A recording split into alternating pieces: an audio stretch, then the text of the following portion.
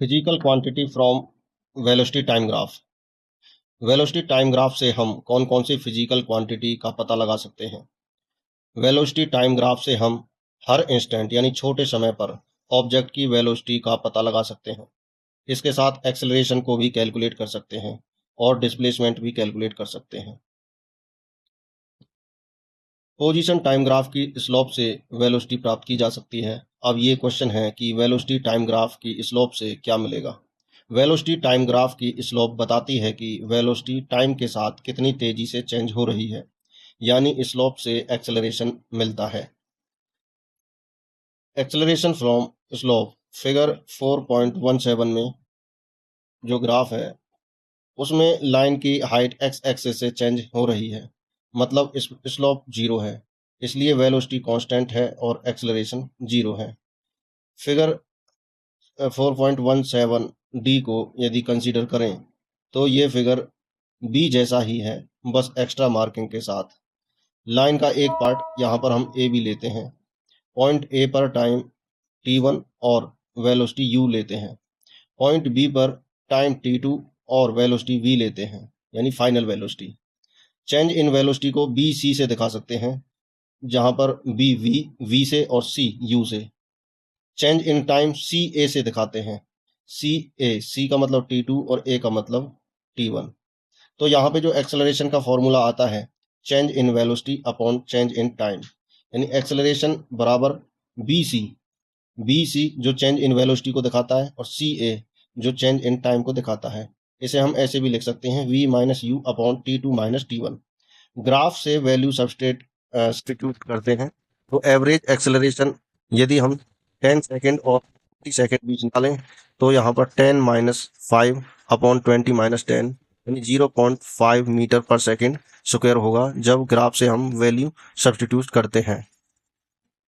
अब फिगर ई को कंसीडर करो, ये सी जैसा लगता है। यहाँ पर एवरेज एक्सेलरेशन माइनस में आता है, minus 0.5 metre per second square. Negative sign show करता है कि एक्सेलरेशन वेलोसिटी के अपोजिट डायरेक्शन में होती है, क्योंकि वेलोसिटी यहाँ पर घट रही है, जैसे कि इस ग्राफ में दिखाया गया है। शुरू में वेलोसिटी जो है 15.0 मीटर पर सेकेंड है और ये घटते घटते यहाँ पर 0 तक आती है। Area enclose by graph and time axis. अब एक और इम्पोर्टेंट क्वांटिटी देखते हैं। इस पिक्चर में ग्राफ सेम है जो ऊपर वाली पिक्चर 4.17 में थे। यहाँ पर ग्राफ और टाइम एक्सिस के बीच का एरिया शेडेड है। क्या शेडेड एरिया की फिजिकल क्वांटिटी को रिप्रेजेंट करता है? यस, वेलोसिटी टाइम ग्राफ और टाइम एक्सिस के बीच एनक्लोज एरिया डिस्प्लेसमेंट को रिप्रेजेंट करता है। केस 1 यहाँ पर देखें तो ओ ए वेलोसिटी को दर्शाता है, ओ सी टाइम इंटरवल को। तो जो रेक्टेंगल इसमें ओ ए बी सी है, इसका एरिया यदि निकालेंगे तो side multiply side O A multiply ओ सी। यहाँ ओ ए वेलोसिटी को और ओ सी टाइम इंटरवल को दिखाता है। क्योंकि इस केस में वेलोसिटी कांस्टेंट है, ये एवरेज वेलोसिटी के इक्वल है। अब इक्वेशन 4.2a के according area of rectangle O A B C ये बराबर होगा डिस्प्लेसमेंट। ये एरिया डिस्प्लेसमेंट को दिखाएगा। ग्राफ से ये वैल्यू रखने पर डिस्प्लेसमेंट बिटवीन 0 सेकेंड से 6 सेकेंड यदि हम रखें तो इसका 20 मल्टीप्लाई 6 यानी 120 मीटर हो जाएगा। ये कार का ओरिजिन से 6 सेकेंड में डिस्प्लेसमेंट है। इससे क्लियर होता है वेलोसिटी टाइम ग्राफ के नीचे एनक्लोज एरिया बराबर रहता है डिस्प्लेसमेंट। केस यदि सेकंड को देखें तो यहाँ इस पिक्चर को कंसीडर करते हैं। यदि हम 10 सेकंड और 20 सेकंड के बीच डिस्प्लेसमेंट फाइंड आउट करें तो पॉइंट ए और बी कोरस्पॉन्डिंग होंगे। यहाँ पर डिस्प्लेसमेंट होगा area between A B and time axis. Area A B D E यदि इसका हम एरिया लें तो टोटल कितना आएगा? रेक्टेंगल ए सी डी ई का area plus triangle A B C का एरिया। इस प्रकार डिस्प्लेसमेंट टोटल हो जाएगा एरिया ऑफ रेक्टेंगल, इस रेक्टेंगल का एरिया, और एरिया ऑफ ट्राइंगल, इसका एरिया। तो यहाँ पर ट्राइंगल एरिया ऑफ रेक्टेंगल निकालते हैं तो C D multiply D E, side multiply side, और ट्राइंगल का निकालेंगे क्योंकि राइट एंगल ट्राइंगल है, तो 1/2 CA into BC। Value substitute करते हैं तो 5 × 10, CD की वैल्यू 5 और DE की 5, मल्टीप्लाई CA की वैल्यू 10 और BC की 5। तो कैलकुलेट करते हैं तो ये आता है 75 मीटर। ये कार का डिस्प्लेसमेंट है जो 10 सेकेंड और 20 सेकेंड के बीच में आता है। यहाँ पर कुछ हम समरी के रूप में कुछ पॉइंट्स देखते हैं शॉर्ट में। वेलोसिटी टाइम ग्राफ से हम दो इंपॉर्टेंट क्वांटिटी निकाल सकते हैं। स्लोप ऑफ ग्राफ का मतलब एक्सेलरेशन और एरिया अंडर ग्राफ का मतलब है डिस्प्लेसमेंट। यदि मोशन कांस्टेंट एक्सेलरेशन के साथ है तो ग्राफ की हेल्प से एक्सेलरेशन और डिस्प्लेसमेंट दोनों आसानी से कैलकुलेट किए जा सकते हैं। अब आपने मोशन को ग्राफ के थ्रू रिप्रेजेंट करना सीख लिया है। अब हम मोशन को डिस्क्राइब करने वाली इक्वेशन ऑफ मोशन पढ़ेंगे। अगला जो टॉपिक आता है equation of motion, kinematic equations for motion in a straight line with constant acceleration. अब हम मोशन का एक स्पेशल केस कंसीडर करते हैं जहां ऑब्जेक्ट कांस्टेंट एक्सेलरेशन के साथ मूव करता है।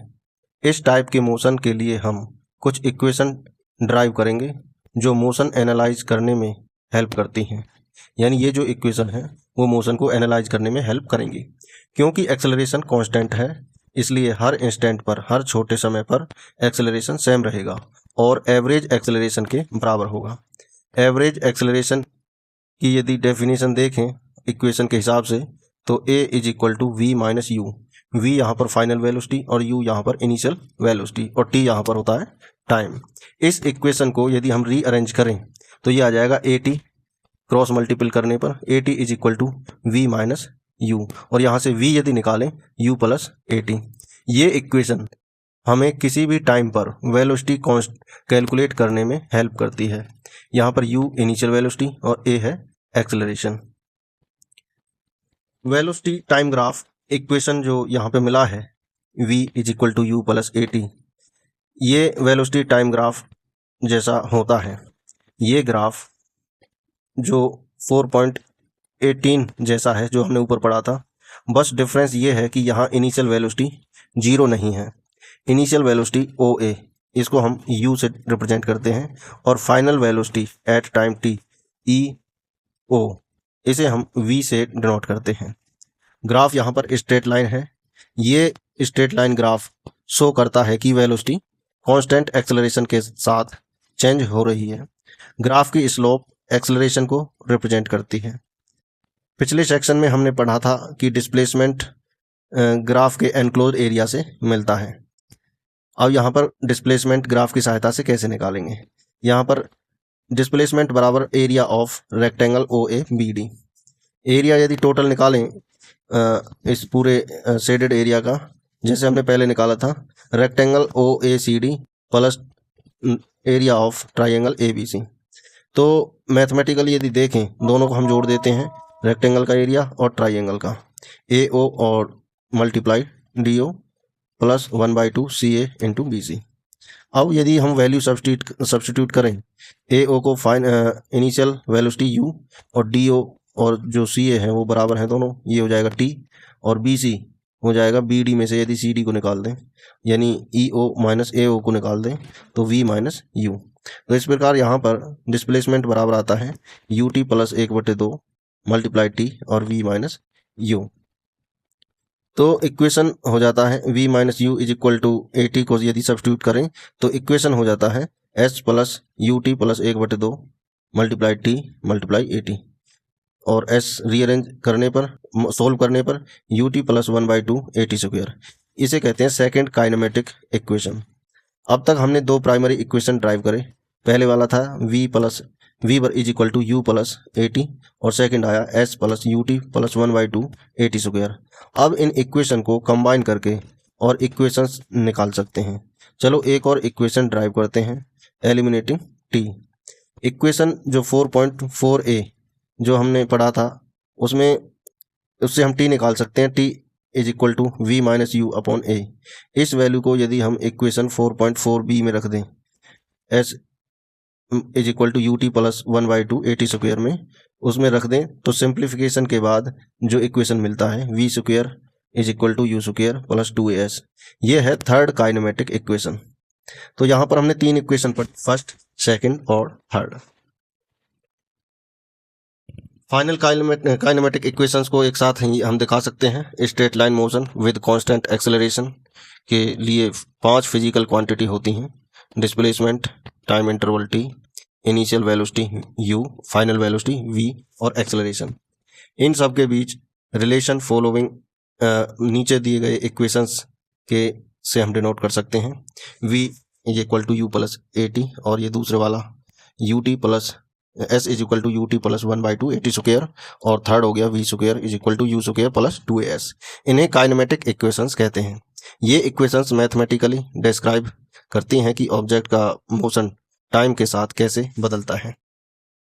ये काइनेमेटिक इक्वेशंस सिर्फ तब वैलिड होती हैं जब एक्सेलरेशन कांस्टेंट होता है। स्ट्रेट लाइन मोशन में एक डायरेक्शन के केस में डिस्टेंस ट्रेवल्ड बराबर होता है मैग्नीट्यूड ऑफ द डिस्प्लेसमेंट, और स्पीड बराबर रहता है मैग्नीट्यूड ऑफ वेलोसिटी जब स्ट्रेट लाइन मोशन हो। यदि स्ट्रेट लाइन मोशन दोनों डायरेक्शन में हो तो इक्वेशन में u initial velocity, v final, a acceleration और s डिस्प्लेसमेंट के साइन प्लस माइनस हो सकते हैं। ये प्लस माइनस हमें उस पर्टिकुलर क्वांटिटी की डायरेक्शन के बारे में बताते हैं। अब यहाँ पर हम एक एग्जांपल लेते हैं।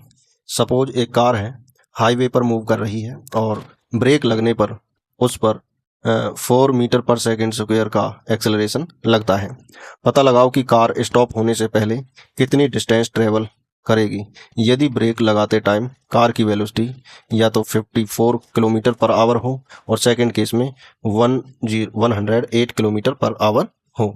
तो फर्स्ट केस में इसमें हम देखेंगे क्या दिया हुआ है इक्वेशन में। एक्सेलरेशन है -4 मीटर पर सेकेंड स्क्वायर, और फाइनल वेलोसिटी जब रुक जाती है तो ऑटोमेटिक ही जो वेलोसिटी आती है 0 मीटर पर सेकेंड स्क्वायर आती हैं। इनिशियल वेलोसिटी को हम यहाँ पर यदि u माने और डिस्टेंस ट्रेवल्ड को s माने, तो फर्स्ट केस में u initial velocity 54 kilometre per hour को हम मीटर पर सेकेंड स्क्वायर में कन्वर्ट करेंगे तो 15 मीटर पर सेकेंड, और सेकेंड केस में 30 मीटर पर सेकेंड। अब यहाँ पर हम एक इक्वेशन का यूज करते हैं, square is equal to u square plus 2as। Substitute करने पर ऊपर वाली वैल्यू को फाइनल वेलोसिटी 0 और you square plus 2 into multiply, ये हो जाएगा a एक्सेलरेशन और ये हो जाएगा s। तो यहाँ पर हम s की वैल्यू निकालते हैं, ये आती है यू स्क्वायर अपॉन 8। अब सेकेंड केस में u की वैल्यू जो फर्स्ट केस में सॉरी, जो u की वैल्यू दे रखी है जो मीटर पर सेकेंड स्क्वायर में मीटर पर सेकेंड में आई है वो 15 आई है। तो यहाँ पे हो जाएगा displacement is equal to 15 square upon 8, तो इसकी वैल्यू आ जाएगी 28.1 मीटर। इसी प्रकार सेकेंड वाले केस में यहाँ पर डिस्प्लेसमेंट जो ऊपर ये आया है s is equal to u square upon 8, तो सेकेंड वाले केस में इनिशियल वेलोसिटी 30 है, तो 30 का स्क्वायर अपॉन 8, इसको सोल्व करेंगे तो ये आ जाएगा 112.5 मीटर। इससे पता चलता है कि स्पीड डबल होने पर स्टॉपिंग डिस्टेंस बहुत ज़्यादा बढ़ जाती है। अब नेक्स्ट जो टॉपिक है braking distance and safe distance. जब मूविंग व्हीकल पर ब्रेक लगाए जाते हैं तो व्हीकल स्टॉप होने से पहले कुछ डिस्टेंस तक मूव करता है। ट्रेवल डिस्टेंस कई फैक्टर पर डिपेंड करती है। ब्रेक लगाते वक्त व्हीकल की वेलोसिटी कितनी है, रोड सरफेस कैसा है, गीला है, वेट है या ड्राई है, व्हीकल की ब्रेकिंग कैपेसिटी क्या है, ब्रेक की वजह से होने वाला नेगेटिव एक्सेलरेशन और ड्राइवर का रिएक्शन टाइम। अब आप समझ सकते हो कि अपने व्हीकल के आगे चल रहे व्हीकल से सेफ डिस्टेंस मेंटेन करना क्यों जरूरी होता है। साथ ही ये सेफ डिस्टेंस आपकी इनिशियल वेलोसिटी के हिसाब से एडजस्ट भी करनी पड़ती है। आजकल vehicle to vehicle communication technology भी डेवलप हो रही है। इंडिया सहित कई देशों में टेक्नोलॉजी पर काम चल रहा है। ये टेक्नोलॉजी व्हीकल को एक दूसरे के साथ सिग्नल एक्सचेंज करने देती हैं और ड्राइवर को पॉसिबल कोलिजन के बारे में वार्निंग देती हैं। नेक्स्ट जो टॉपिक आता है मोशन इन ए प्लेन। जब मोशन एक प्लेन में होता है उसे मोशन इन 2 डायमेंशन कहते हैं। उदाहरण के लिए एक व्हीकल का दूसरे व्हीकल को ओवरटेक करना, और किक्ड बॉल का पाथ, सैटेलाइट का सर्कुलर पाथ में मूव करना। आपने पहले सर्कुलर मोशन के बारे में पढ़ा होगा। जब कोई ऑब्जेक्ट सर्कुलर पाथ में मूव करता है उस मोशन को सर्कुलर मोशन कहते हैं। सपोज करिए एक बच्चा, एक child moving merry go round पर बैठा है। चाइल्ड सर्कुलर पाथ पर मूव करते हुए ABC तक जाता है, यानी 3 पॉइंट है। अब यहाँ पे क्वेश्चन उठता है कि चाइल्ड ने कितनी डिस्टेंस ट्रेवल की, उसका डिस्प्लेसमेंट कितना है। डिस्टेंस ट्रेवल रहेगा जो कर्व पाथ है तीनों पॉइंट का ABC का, और डिस्प्लेसमेंट होगा स्ट्रेट लाइन यानी AC। यहाँ पर हम क्लियरली ऑब्जर्व करते हैं कि डिस्टेंस डिस्प्लेसमेंट के बराबर नहीं होती।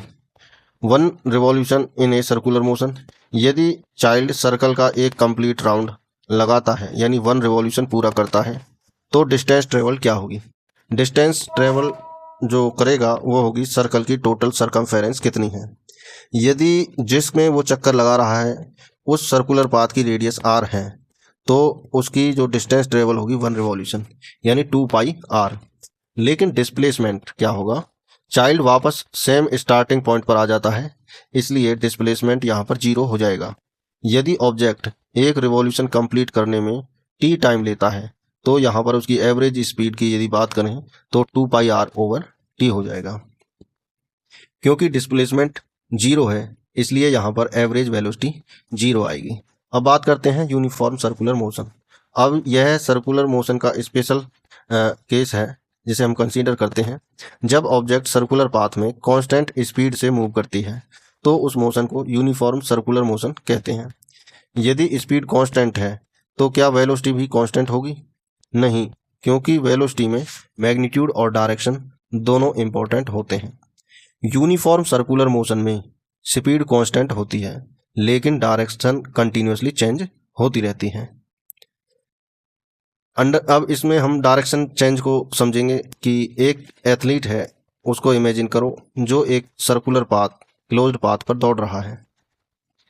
अब यदि ट्रैक रेक्टेंगल है ABCD तो उस पर यूनिफॉर्म स्पीड से यदि वो दौड़ता है तो उस स्ट्रेट सेक्शन को AB, BC, CD और DA मान लेते हैं। एक राउंड कंप्लीट करने के लिए एथलीट 4 टाइम्स डायरेक्शन चेंज करता है। यदि इस केस में देखें, यहाँ पर हेक्सागोनल पाथ है। अब एथलीट हेक्सागोनल पाथ पर दौड़ रहा है। इस केस में एथलीट एक राउंड कंप्लीट करने के लिए 6 टाइम्स डायरेक्शन चेंज करता है। यदि हम साइड को कंटिन्यूसली इंक्रीज करते जाएं तो क्या होगा, जैसे जैसे साइड बढ़ेंगी टर्न ज़्यादा फ्रीक्वेंट होते जाएंगे और पाथ धीरे धीरे सर्कल के क्लोज आता चला जाएगा और फाइनली जो पाथ है वो सर्कल बन जाएगा। इस केस में एथलीट की वेलोसिटी की डायरेक्शन कंटिन्यूसली चेंज होती रहती है। अब यहाँ पर हम एक एक्टिविटी करेंगे, जैसे एक रिंग लेते हैं, अधेसिव टेप रिंग, और एक मार्बल लो, एक जो कंचे रहते हैं उसको लो। रिंग को स्मूथ सरफेस पर रख दो। मार्बल को रिंग के अंदर ऐसे थ्रो करो कि वो रिंग के अंदर वाली बाउंड्री के चारों तरफ रोटेट करने लगे। अब आप क्या देखोगे, यदि मूविंग मार्बल यानी कंचा जो है के टाइम यदि मूविंग मार्बल के टाइम रिंग उठा दी जाए तो क्या होगा, वो घूम रहा है और रिंग उठानी पड़ जाए तो क्या होगा, तो मार्बल को 1-2 रिवॉल्यूशन कंप्लीट करने दो, फिर केयरफुली रिंग को उठा दो बिना मार्बल की मोशन को डिस्टर्ब किए बगैर। तो आप क्या देखोगे, क्या मार्बल सर्कुलर मोशन कंटिन्यू करता रहता है या किसी और वे में मूव कर देता है। एक्टिविटी को कई बार आप रिपीट भी कर सकते हैं। तो यहाँ पर जब रिंग हटा दी जाती है तो कंचा जो है स्ट्रेट लाइन में मूव करता है। ऐसा क्यों होता है, क्योंकि रिंग हटने के बाद मार्बल उसी डायरेक्शन में मूव करता है जिस डायरेक्शन में वो रिंग हटने के एग्जैक्ट मूवमेंट पर मूव कर रहा था। यहाँ पर जो चीज़ें निकल के आती हैं, वेलोसिटी और टेंजेंट। किसी पॉइंट पर वेलोसिटी उस पॉइंट पर सर्कल की टेंजेंट के साथ होती है और मोशन की डायरेक्शन में होती है। एक स्ट्रेट लाइन जो सर्कल को सिर्फ एक ही पॉइंट पर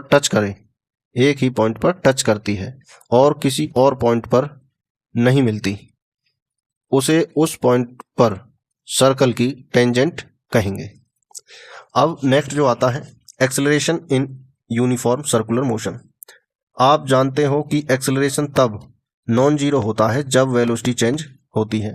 वेलोसिटी तब चेंज होती है जब मैग्नीट्यूड चेंज हो या डायरेक्शन चेंज हो या फिर दोनों चेंज हो।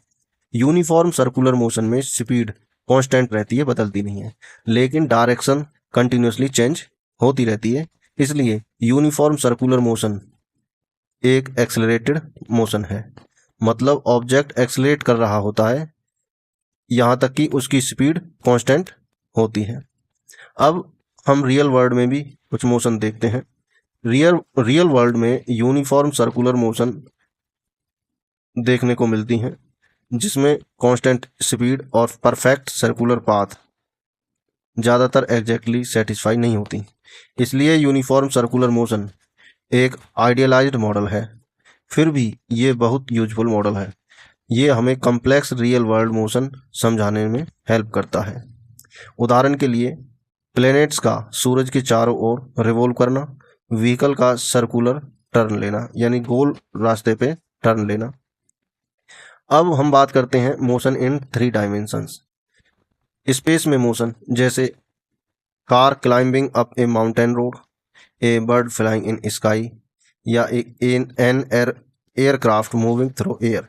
ये जो मोशन है, car climbing up a mountain road, bird flying in sky, ये सभी मोशन इन 3 डायमेंशंस के उदाहरण हैं। तो यहाँ पर आपका जो चैप्टर है समाप्त होता है। मिलते हैं नेक्स्ट वीडियो में।